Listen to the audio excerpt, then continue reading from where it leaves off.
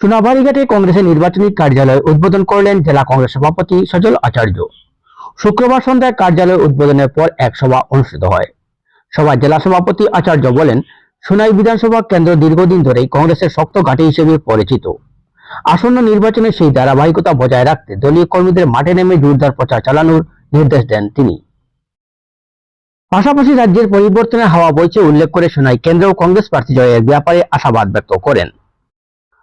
এছাড়া তিনি গত 10 বছর সংখ্যালঘু মুসলিমদের উপর আক্রমণের কথা উল্লেখ করে এবারে ভুল যেন না হয় সেই আহ্বান রাখেন। এদিনের উদ্বোধনী অনুষ্ঠানে অন্যান্যদের মধ্যে উপস্থিত ছিলেন জেলা পরিষদ সদস্যের প্রতিনিধি রেখা মজুমদার, এপি সদস্য আমির হোসেন লস্কর, মন্ডল কংগ্রেস সভাপতি আজিজুর রহমান চৌধুরী, জেলা সম্পাদক শামসুজ্জামান মজুমদার, আয়ুব বক মজুমদার, নিজাম উদ্দিন চৌধুরী সহ আরো অনেকে। সোনাই থেকে বরাক তরঙ্গের রিপোর্ট। যেটার আওয়াজ যত বেশি উঠবে কংগ্রেসের পক্ষে, বাকি 6টা সমষ্টিতে সেই আওয়াজ আরো ভালো হবে। সোনাইয়ের আওয়াজটা সবচেয়ে বড় করে উঠাবেন আপনারা। বিভিন্ন পত্রিকায় দেখেছেন যে আমাদের সবাই সমর্থন, আমার ভাই, আমাদের ভারতীয় জাতীয় কংগ্রেসের যিনি প্রার্থী আমির লস্করের ফেভারে আছে। একটা কথা আপনাদেরকে বলি, আপনারা শান্তভাবে ইলেকশনটা করবেন। অনেক আঘাত আপনার উপরে আসতে পারে কংগ্রেস কর্মীদের উপরে, সেইগুলোর দিকে আপনারা যাবেন না। পত্রিকা দেখলে বোঝা যায় কংগ্রেস যদি এজিবিকে গালি দেয়, এজিবি যদি কংগ্রেসকে গালি দেয়, সেটা নিয়ে একটা বিবাদ সৃষ্টি হয়ে যায়।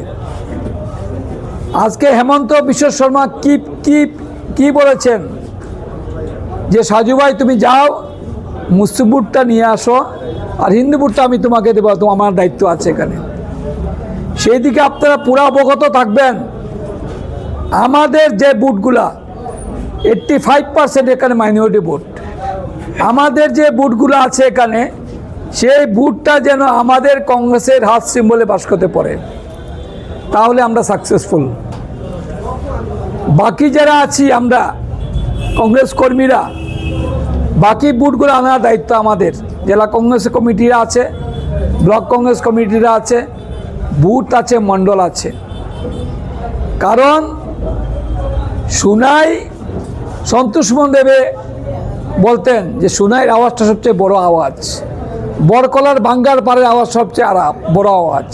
সেটা আমরা যতদিন থেকে কংগ্রেস করে আসছি সেই জিনিসটা আমরা মনে রেখেছি।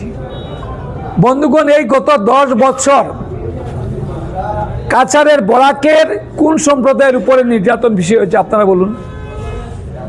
কোন সম্প্রদায়ের উপরে বুলডোজার চালানো হয়েছে? কোন সম্প্রদায়ের ঘরবাড়ি ভাঙিয়ে দেওয়া হয়েছে? মুসলিম সম্প্রদায়ের। তাই আপনারা কোনো ভুল করবেন না। এবার যদি ভুল করেন, আগামী 5 বছর আপনারা শান্তিতে থাকতে পারবেন না।